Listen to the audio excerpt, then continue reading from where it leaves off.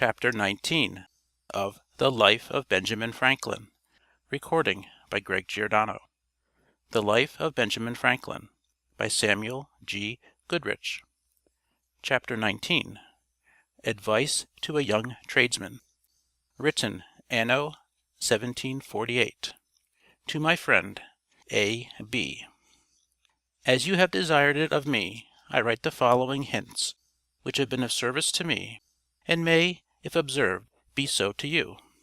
Remember that time is money.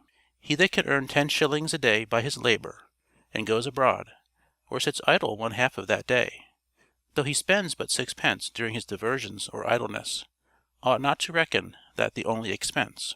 He has really spent, or rather thrown away, 5 shillings besides.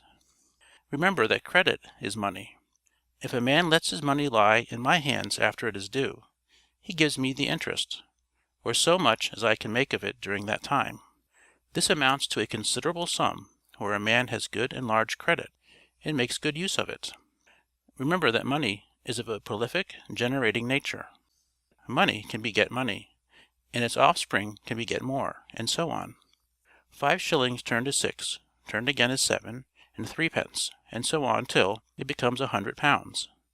The more there is of it, the more it produces every turning, so that the profits rise quicker and quicker. He that kills a breeding sow destroys all her offspring to the 1000th generation. He that murders a crown destroys all that it might have produced, even scores of pounds. Remember that 6 pounds a year is but a groat a day. For this little sum, which may be daily wasted either in time or expense unperceived, a man of credit may, on his own security, have the constant possession and use of 100 pounds. So much in stock, briskly turned by an industrious man, produces great advantage. Remember this saying, the good paymaster is lord of another man's purse. He that is known to pay punctually and exactly to the time he promises, may at any time and on any occasion raise all the money his friends can spare. This is sometimes of great use.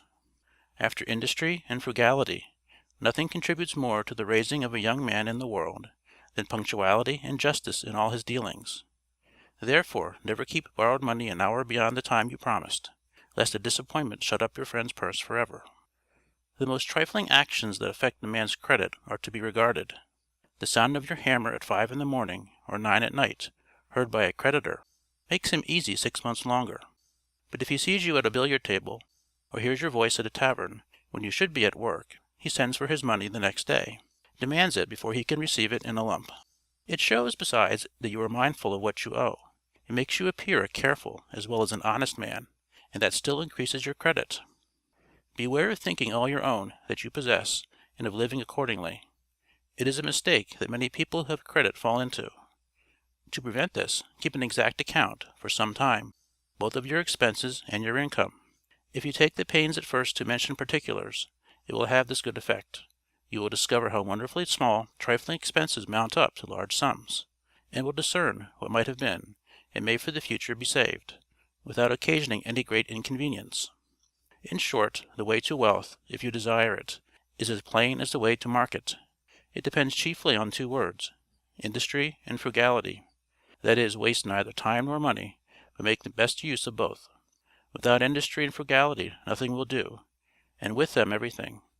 He that gets all he can honestly, and saves all he gets, necessary expenses excepted, will certainly become rich, if that Being who governs the world, to whom all should look for a blessing on their honest endeavors, doth not, in his wise providence, otherwise determine. An Old Tradesman. End of Chapter 19. Recording by Greg Giordano, Newport Richey, Florida.